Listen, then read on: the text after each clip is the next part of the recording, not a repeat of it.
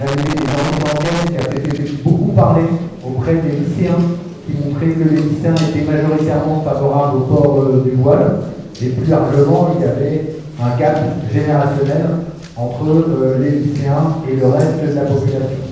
On a aussi réalisé une enquête auprès des enseignants qui montrait que les enseignants étaient globalement sur une position, on va dire, assez ferme et laïciste sur ces sujets, mais que les jeunes enseignants étaient finalement assez proches du reste de la jeunesse française et qu'ils étaient imprégnés d'une vision beaucoup plus, on va dire, multiculturaliste à l'anglo-saxonne de la laïcité, avec un niveau de tolérance aux expressions de religiosité à la fois dans la société et dans l'espace scolaire.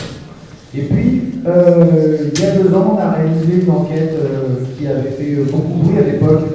Nos amis de l'Observatoire de la laïcité, devenu la DG de la laïcité, l'avaient évidemment critiqué. Cette année, on a refait, et bizarrement cette fois-ci, ils ont plus beaucoup osé le faire. Ce qui prouve que, je pense qu'ils ont aussi le sentiment qu'il y a de moins en moins, qu'en fait, on prend des photographies d'une réalité qui est de plus en plus difficile de dire. Parce que, avant qu'on parvienne à projeter les résultats, je dirais que dans notre enquête,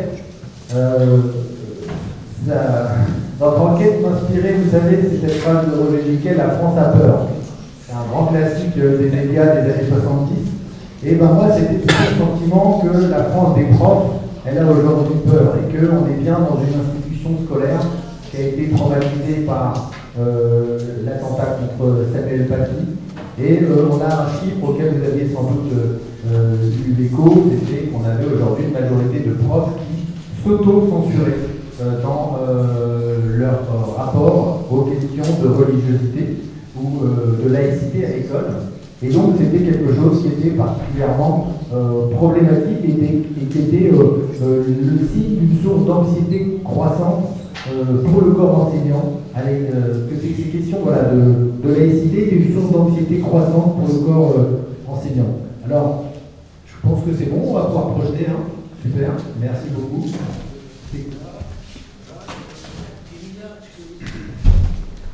Alors, cette enquête, je vous rappellerai juste méthodologiquement, on a interrogé un échantillon de 1000 profs, public-privé, parce que bien sûr que la loi de 2004 ne s'applique que dans le public, mais il y a des questions d'opinion qui sont intéressantes, et puis je vous rappelle, pour ceux qui sont enseignants, que dans le privé, on a aussi souvent des règles, notamment sur la loi de 2004, qui s'appliquent au quotidien, on a une reproduction aussi de certaines consignes dans une logique, on va dire, purement pour assurer, on va dire, un certain ordre scolaire et qui n'est pas lié à des enjeux de religion. Bref. En tout cas, dans cette enquête, le premier enseignement, je vous le disais, c'était que les questions de laïcité étaient une source d'anxiété pour le corps d'enseignants. Avec ce résultat dont je vous parlais, vous avez à droite les résultats dans le secondaire public, parce qu'on avait un historique qui remontait à 2018, donc avant l'affaire Paty, qui montrait qu'à l'époque, nous avions déjà un prof sur 3 qui s'était déjà auto-censuré sur ces sujets, et aujourd'hui, on est à 56%. On a une progression de 20 points en la matière. Et dans le détail, ce qui est très intéressant, ça c'est les résultats d'ensemble dans lesquels on a aussi le primaire et le privé.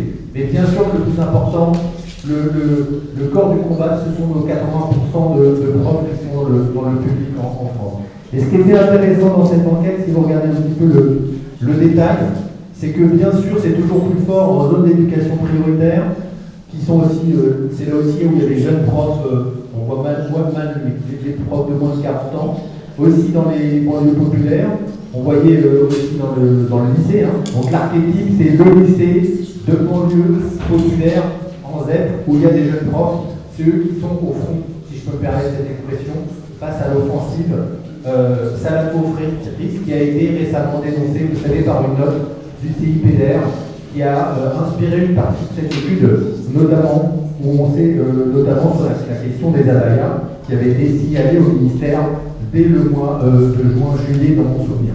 Alors là c'est les résultats détaillés, c'est un peu touffu, je vous épargne les détails, mais ce qui était très intéressant, puisque nous à l'époque on a de l'historique, c'était de montrer que c'était plus l'apanage des banlieues populaires. La peur, elle est maintenant forte aussi en milieu rural, En rural, on est à 49%. En banlieue populaire, on est à. En banlieue aisée, on est à 48%. Donc, en milieu rural, à la base, pour un enseignant comme vous direz que c'est pas là où il y a le problème, mais non, avec la peur qui est généralisée. Et on a aussi, en fait, dans les villes-centres, dans les banlieues, dans les communes rurales et aussi même dans le secteur privé, tout un ensemble de personnes de profs qui ont aujourd'hui peur au point de censurer sur ces sujets. Et bien sûr, plus on a été victime de tensions identitaires ou religieuses, plus bien sûr on se censure complètement. Donc quand on a été agressé verbalement ou physiquement, on se censure.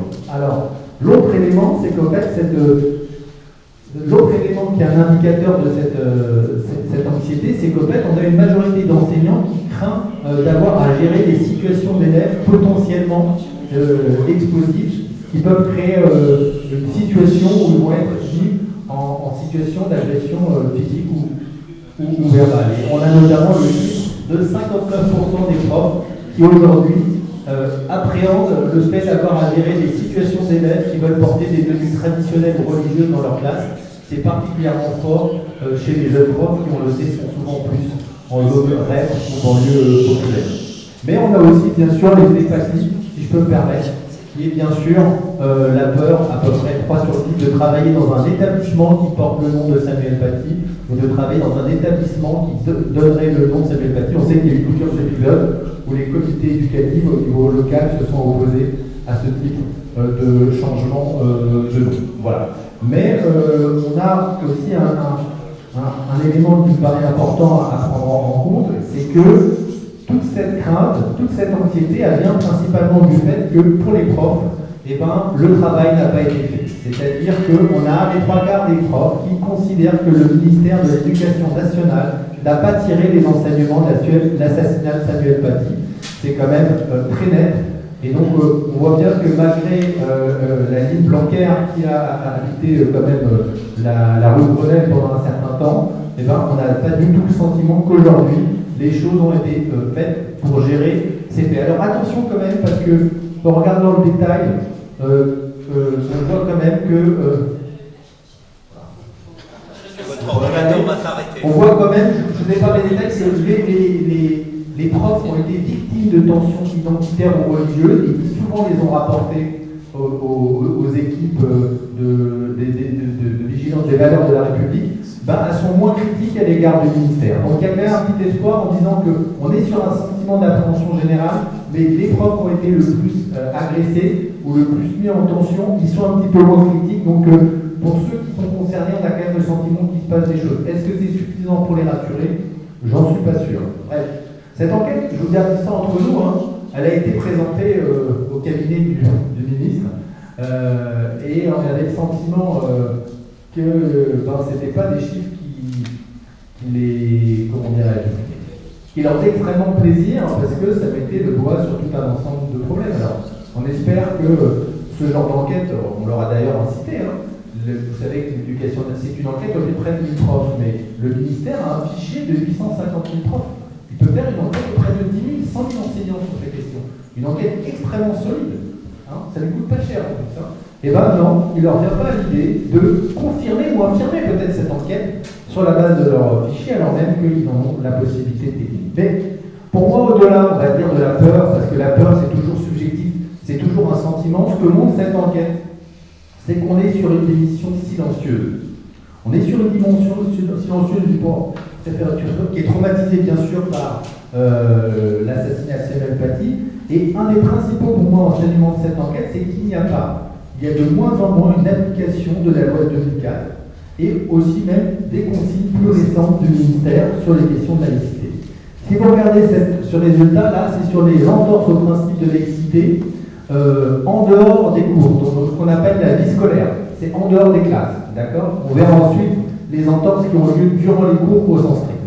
Et là, si vous regardez un petit peu, au total, dans le secteur public, on a quand même 71% des profs qui, depuis l'application de la loi 2004, on leur a pas demandé au cours de leur carrière, on leur a dit depuis l'application de 2004, donc depuis que les choses sont cadrées, puisqu'avant elles étaient en partie autorisées. Moi, quand j'étais élève, j'avais des copines qui étaient voilées et c'était vous savez bien que depuis Jospin, c'était selon la décision du principal. Donc c'était des choses qui étaient faisables. Donc on l'a cadré par rapport à la loi 2004, mais on a quand même demandé s'ils avaient observé ces faits récemment, donc durant l'année scolaire actuelle, durant l'année scolaire 2021 ou avant. Voilà. Et donc là, on se rend compte que, contrairement aux critiques qu'avaient pu faire d'autres personnes à l'égard des enquêtes précédentes de l'IFOP, on n'est pas sur non seulement un phénomène isolé, mais on n'est pas sur un phénomène daté. On a, vous voyez, le 47% là, en vert, 47% des profs dans le secteur public qui vous disent que ça a eu lieu au cours des 15 derniers mois. 15 derniers mois. Voilà. Donc, beaucoup nous disaient, oui, mais c'est ridicule, parce que moi j'ai pu voir quelque chose quand j'avais 20 ans, ou j'avais il y a 20 ans, 10 ans, ça n'a pas de sens. Non. C'est bien un phénomène récent et extrêmement présent, comme le montrent d'ailleurs les notes des services de renseignement. Alors, on a fait toute une liste intéressante, mais le plus intéressant, c'est la zone, ce zoom sur la confrontation de l'ensemble du corps enseignant à des formes d'expression. Et moi, si vous regardez un petit peu, moi qui suis aussi responsable du pôle genre, sexualité et santé sexuelle à l'IFOP, où on travaille beaucoup sur les questions de sexisme, vous voyez que les premières victimes de l'offensive islamiste, on a aussi des, il faut être honnête aussi, de manière très marginale, aussi des signalements venant notamment des évangéliques qui s'avèrent sur certains sujets extrêmement puissants. Mais sur la plupart des faits, on est bien sur des choses qui sont plutôt caractéristiques de l'islamisme plus que sur la chose. Et on voit absence de jeunes filles en cours de natation pour des raisons religieuses. On est à 39%, dont 18% au cours des 15 derniers mois. Sur l'absence de jeunes à des cours d'éducation physique, la même chose. Refus de donner la main. Alors ça a dû faire plaisir à Blanquer, puisque notre ami Blanquer, vous savez, s'était fait ridiculiser par tout un ensemble de journalistes qui avaient dit que quand il avait sorti ça il y a quelques années, ça reposait sur strictement rien et que c'était infime. Ben nous, on a un quart des profs aujourd'hui qui nous disent qu'ils l'ont déjà observé. Donc, c'est loin d'être marginal, donc 11% au cours des 15 derniers mois. Alors, au-delà de ça, on a quand même bien sûr la question des vêtements, qui est toujours bien sûr les injonctions vestimentaires imposées par la religion sont bien sûr au cœur du combat islamiste, et on voit que là on a l'indicateur que la loi n'est pas appliquée. Parce que si vous avez quand même un chiffre qui vous dit que vous avez 20% des profs qui ont vu des élèves qui gardent leur couvre-chef à caractère religieux dans l'enceinte de l'établissement mais qui les enlèvent avant d'entrer en salle de cours, il me semble que ce n'est pas la loi au sens strict ça. Alors on a aussi le port par les élèves de couvre-chef. Alors ça, c'est dans l'enceinte de l'établissement. Alors parfois, certains nous disent que cet indicateur est posé parce qu'ils peuvent arriver avec leur couvre-chef au tout début à l'entrée, et puis ils l'enlèvent. Donc on l'avait précisé. Et puis on avait quand même aussi tout simplement des élèves qui refusent de donner leurs vêtements, et aussi quelque chose d'extrêmement fort qui était signalé par la note du CIPDR du mois d'août, qui considérait le fait comme quelque chose de marginal, qui était le chantage à la photo. Vous savez qu'aujourd'hui, ils prennent en photo une jeune fille qui s'est dévoilée dans l'enceinte scolaire, ils la prennent en photo et après ils la font chanter dans le quartier en disant qu'ils vont envoyer des photos sur Instagram, TikTok, etc. Parce qu'elles n'ont pas respecté la loi de Dieu et elles ont respecté la loi de la religion. Ce chiffre-là, il est quand même, alors là aussi c'était considéré comme marginal, il est de 14%, mais si on regarde les résultats dans les lycées publics, il est quand même de 22%. Donc, on voit bien que là aussi, les femmes sont les premières victimes de cette offensive. C'est bien sûr une obsession de toutes les religions, mais notamment encore plus chez certaines. Bref, on a aussi des choses un peu plus fréquentes sur le port de signes religieux dans les sorties scolaires. On est sur un phénomène quand même très fort. On a dans les lycées publics, qui sont, vous avez compris, les plus concernés par ces faits, on est quand même sur 41% des profs, dont un quart, qui ont observé le port de signes religieux par les élèves lors de sorties scolaires. Alors on ne sait pas si on leur a demandé de l'enlever et si finalement ça a été enlevé. Mais on a bien le sentiment que là, ça devient un phénomène de plus en plus répandu. Alors, in fine, on a quand même posé la question centrale, c'est, mais alors, si vous avez vu ces faits, notamment des ports de couvre-chef à caractère religieux dans l'enceinte scolaire, est-ce que vous avez demandé à l'élève de l'enlever?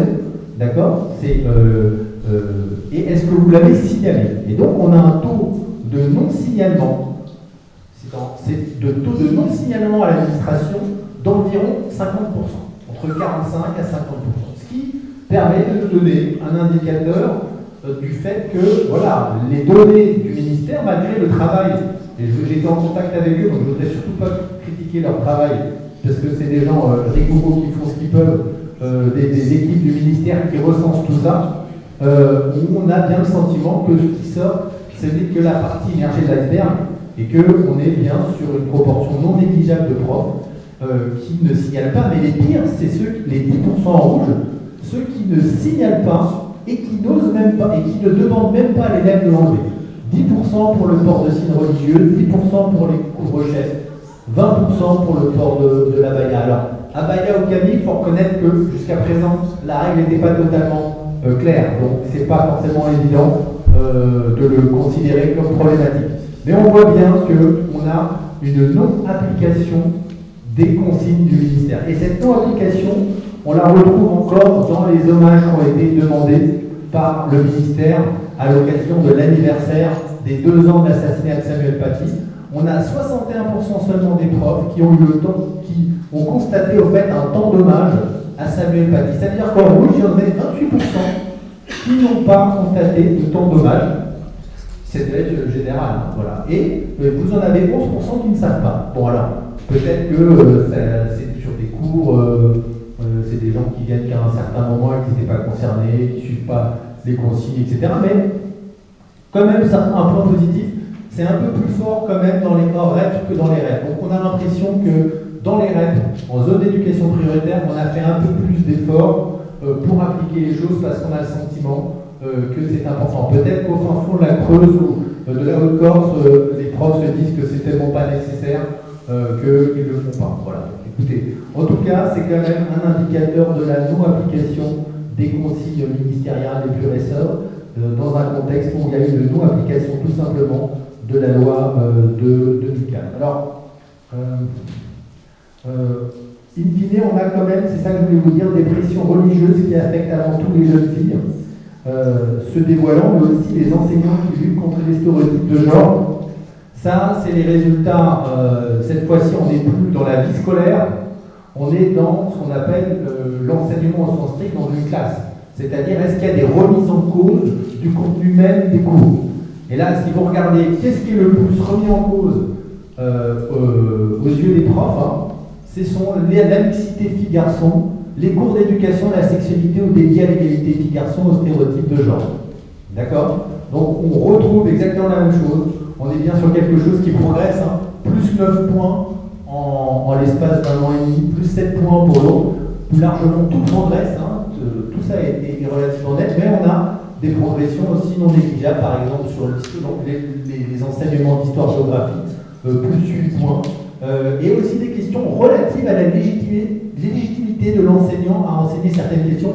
Beaucoup de profs le rapportent aujourd'hui, en fait, on refuse tout simplement de les écouter, on ne les juge pas légitimes par rapport à ce que dit l'imam, par rapport à ce que dit quelqu'un sur des réseaux sociaux, par rapport à ce que disent d'autres sources d'enseignement. Au total, pour ce qui est des remises en cause des cours au nom de la religion, on a quand même 60% des profs dans le secteur public qui rapportent l'avoir déjà constaté, donc on est bien sur quelque chose qui est quand même de plus en plus répandu. Mais pour moi, c'est quand même une des conclusions majeures pour moi de cette enquête, mais c'est pas unique, c'est que bien sûr les zones d'éducation prioritaire, c'est les résultats en vert foncé, c'est les REP, les zones d'éducation prioritaire, sont pour moi tout simplement la ligne de front.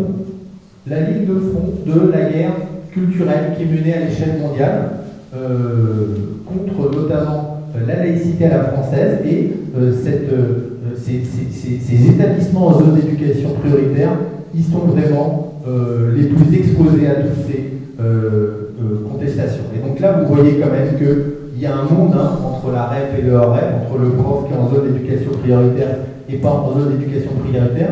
Et pour revenir sur la question du chantage, situation des élèves auraient fait chanter les jeunes filles s'étant dévoilées dans l'enceinte de l'établissement, on est à 31%.